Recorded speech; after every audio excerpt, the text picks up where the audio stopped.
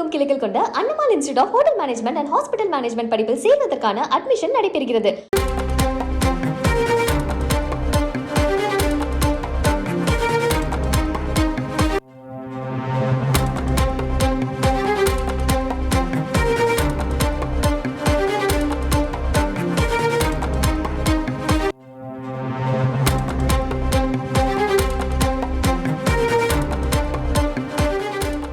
விண்வெளித்துறையில் அதிகரிக்கும் வளர்ச்சி, சீர்திருத்தங்கள், முதலீடு ஆகியவற்றை கருத்தில் கொண்டு புதிய விண்வெளி கொள்கையை அறிமுகப்படுத்துகிறது தமிழக அரசு. இது பற்றின கூடுதல் விவரங்களை செய்தியாளர் பாஸ்கர் வழங்கிட கேட்கலாம்.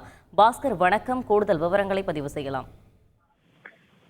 முதலீட்டு ஊக்குவிப்பு மானியம், நில செலவு ஊக்கத்தொகை, சிறு குறு நடுத்தர துணை நிலங்களுக்கான ஊக்கத்தொகை, புதுமைகளை கண்டறிந்து அறிமுகப்படுத்துவதற்கான மானியம், space start up equality financing, மூலதன மானியம், இதெல்லாம் விண்வெளி கொள்கையினுடைய பிரதான அம்சங்கள். இதன் காரணமாக குலசேகரப்பட்டினத்தை சுற்றிருக்கக்கூடிய மதுரை, விருதுநகர், தூத்துக்குடி, திருநெல்வேலி மாவட்டங்களை ஸ்பேஸ் ஊக்குவித்து அந்த மாவட்டங்கள்ல வளர்ச்சியை விரைவுபடுத்த நிறுவனங்களுக்கு கூடுதல் சலுகை வழங்கப்பட உள்ளது. இதன் காரணமாக பல்வேறு ஸ்டார்ட் அப் நிறுவனங்கள் அந்த மாவட்டங்களில் தொழில் தொடங்க முன்வரும் போது அங்கு சலுகைகள் கொடுக்கப்படும். அந்த சலுகையின் அடிப்படையில தொழில் நிறுவனங்கள் அங்கு தொடங்கக்கூடிய நிறுவனங்களுக்கான வேலை வாய்ப்பு உருவாகும் போது அது அங்க இருக்கக்கூடிய இளைஞர்களுக்கு ஏதுவாக இருக்கும். இதை அடிப்படையாக கொண்டுதான் புதிய விண்வெளி கொள்கையை அறிமுகப்படுத்தி அதன் அடிப்படையில வளர்ச்சியை அந்த அனைத்து சுற்றி இருக்கக்கூடிய மாவட்டங்கள்ல ஒரு சேர்ந்த வளர்ச்சி என்ற அடிப்படையில அதற்கான நிறுவனங்களுக்கான கூடுதல் சலுகைகளை தமிழக அரசு வழங்க உள்ளது.